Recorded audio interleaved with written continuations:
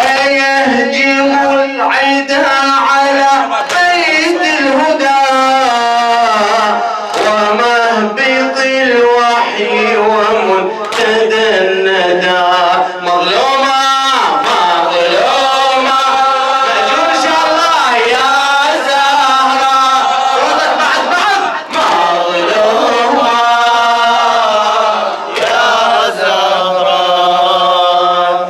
أيضرب النار ببعض دارها وآية النور على منارها وبابها باب نبي الرحمة وباب أبواب نجاة الأمة. ارفع يدك ويا الله يحمدك. البابها باب العلي الأعلى فثم وجه الله قد تجلى ما اكتسبوا بالنار غير العاري ومن ورائه عذاب النار. مظلومة مظلومة يا زهرة مظلومة يا زهرة. ما يجهل القوم فإن النار لا تطفئ نور الله جل وعلا لكنك الطلع ليس الجبير إلا بصمصام عزيز مقتدير إذ رد تلك الأضلع الزكية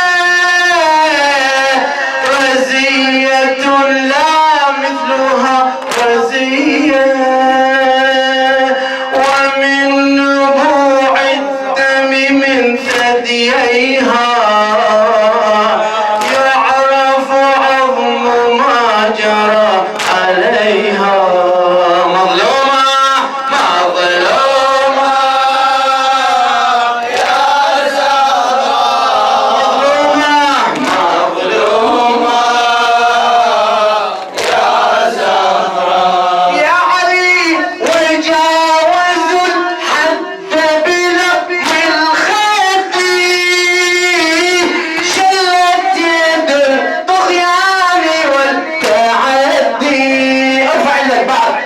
فاحمرت العين وعين المعرفة تذرف بالدمع على تلك الصفة ولا يزيل حمرة العين سوى طيب السيوف يوم ينشر اللواء وللصياط رنة صداها في مسمع الدهر فما أشجاها.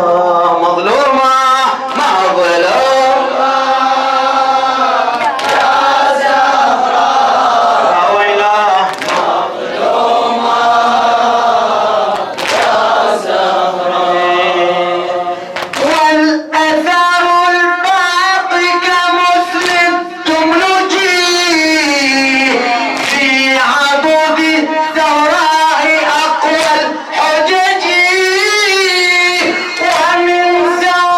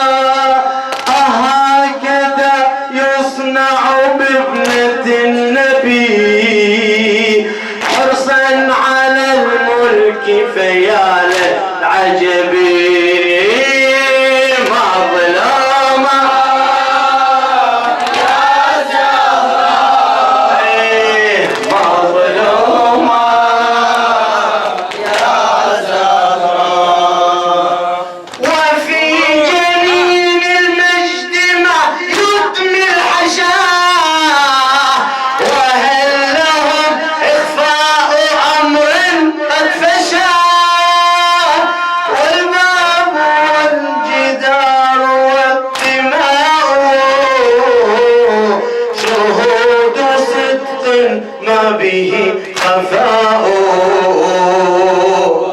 لآية الله العظمى الشيخ المرحوم محمد حسين الأصفهاني.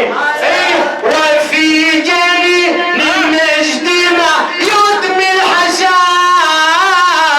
وهل لهم إخفاء أمر قد فشا، والباب والجدار والدماء شهود صدق ما به خفاء. لقد جنى الجاني على يمينها، فاندكت الجبال من حنينها. أهكذا يصنع بابنة النبي، حرصا على الملك فيا للعجب.